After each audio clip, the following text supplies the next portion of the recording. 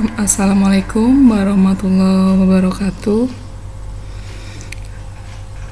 Selamat pagi anak-anakku semuanya. Semoga semua dalam keadaan sehat walafiat. Tetap semangat semuanya ya.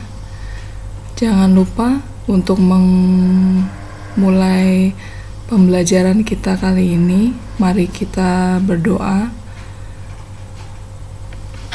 Dipersilahkan untuk yang beragama Islam berdoa menurut kepercayaan masing-masing. Berdoa dimulai.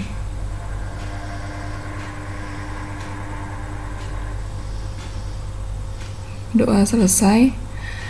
Untuk pembelajaran kita kali ini itu adalah Ibu akan membahas tentang bab 2, perhentian aktiva tetap. Dalam perhentian aktiva tetap ini itu ada beberapa jenis perhentian aktiva tetap, bisa menjual, menukar aktiva tetap sejenis, menukar aktiva tetap tidak sejenis, membuang aktiva tetap karena rusak dan atau habis masa manfaatnya. Tujuan dari pembelajaran kita kali ini itu dari ranah pengetahuan, mengevaluasi pencatatan laba atau rugi hasil dari perhentian aktiva tetap. Dari ranah keterampilan itu membuat keputusan dalam sesuatu yang membuat laba atau rugi perhentian aktiva aktiva tetap tersebut. Coba kalian buka modul halaman 14. Sebelum kita menghitung laba atau rugi aktiva tetap, Ibu mau ngasih kalian pemahaman tentang latar belakang mengapa kita harus menghitung atau mencatat perhentian aktiva tetap. Ya, coba lihat modulnya halaman 14. Aktiva tetap dapat dihentikan penggunaannya dengan membuang, menjual, menukar, sehingga pada saat aktiva tetap tersebut akan dilepas, itu akumulasinya harus dihapuskan. Jadi menghapus akun akumulasi penyusutan itu di sebelah debit. Karena akun normalnya akumulasi penyusutan itu kan dikredit kan. Jika ada penjualan atau perhentian aktiva tetap, akumulasi penyusutannya itu harus di debit. Jadi harus kita hapuskan. Tujuan dari dicatatnya perhentian aktiva tetap itu ada 2. Yang pertama, agar rekening-rekening yang berhubungan dengan aktiva tetap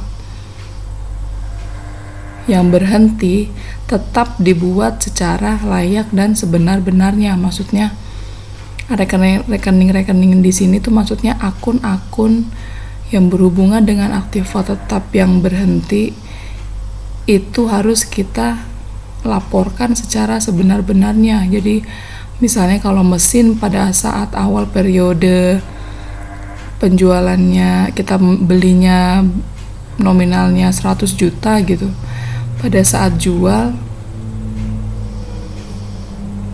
ada kita dapat uang 50 juta misalnya, itu harus kita akui sebagai kas di debit misalnya gitu ya. Tujuan pencatatan yang kedua itu adalah agar rekening laba rugi dapat diketahui laba rugi dan suatu perhentian aktiva tetap. Nanti kita belajar tentang laba rugi penjualan aktiva tetap, bagaimana sih menghitungnya. Berikut adalah contoh dari penjualan aktiva tetap. Coba lihat modulnya halaman 17. Ya, modul halaman 17 itu soalnya harga perolehan mesin 500 juta.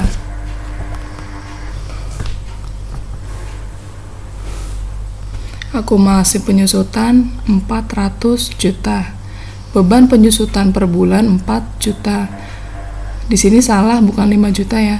Dijual dengan harga 50 juta. Laba atau rugikah penjualan Aktiva tersebut? Dan bagaimanakah jurnalnya? Nah, di sini adalah jawabannya. Nanti Ibu akan bahas nih. HP itu adalah harga perolehan, itu harga pada saat kita beli mesin 500 juta. Dikurang dengan akumulasi 404 juta, itu dari akumulasinya 400 juta ditambah dengan beban bulan ini. Beban penyusutan bulan ini 4 juta, jadi 404 juta. Dan didapat tuh nilai buku 96 juta. Nih di garis bawah ini ya. Nilai buku adalah acuan laba atau rugi suatu perhentian Aktiva. Jadi nilai buku adalah sebagai acuan. Jadi kalau di atas 96 juta harga jualnya itu laba, tapi kalau di bawah 96 juta berarti itu rugi. Lalu di soal ini dijual dengan harga 50 juta. Sehingga rumusnya ya.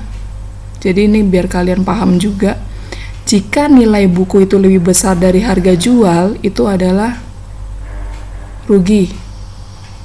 Jika nilai buku lebih kecil daripada harga jual, itu adalah laba penjualan. Nah, pada soal yang di atas, nilai bukunya kan 96 juta, dikurang dengan harga jualnya 50 juta. Nah, jadi hasilnya selisihnya adalah 46 juta. Jadi kan harga jualnya lebih kecil kan dari nilai bukunya. Jadi di sini adalah rugi. Jurnalnya bagaimana? Jurnalnya itu adalah sebelah debit kas. Karena kita menjual aset, kita dapat uang 50 juta. Jadi kasnya bertambah sebesar 50 juta di debit. Akumulasi seperti yang dijelaskan yang tadi. Jika kita menjual barang, akumulasi penyusutannya itu harus kita hapuskan yang tadinya di kredit jadi di debit 404 juta. Nah, rugi penjualan itu di debit 46 juta. Mesin harus kita hapuskan di sebelah kredit 500 juta. Nah, di sini juga ada rumusnya. Jika rugi itu ada di sisi debit. Jadi sebagaimana kalau rugi itu kita anggap sebagai beban. Nah, jika laba, dia ada di sisi kredit karena kita anggap sebagai pendapatan. Kalau pendapatan kan akun normalnya di kredit kan, gitu. Jadi kalau laba itu pasti adanya di kredit, rugi adanya di debit. Ya. Dari video pembelajaran ini,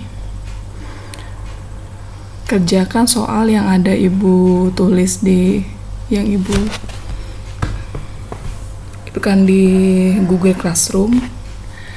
Selamat mengerjakan, tetap semangat ya. Salam SMK bisa. Wassalamualaikum warahmatullahi wabarakatuh.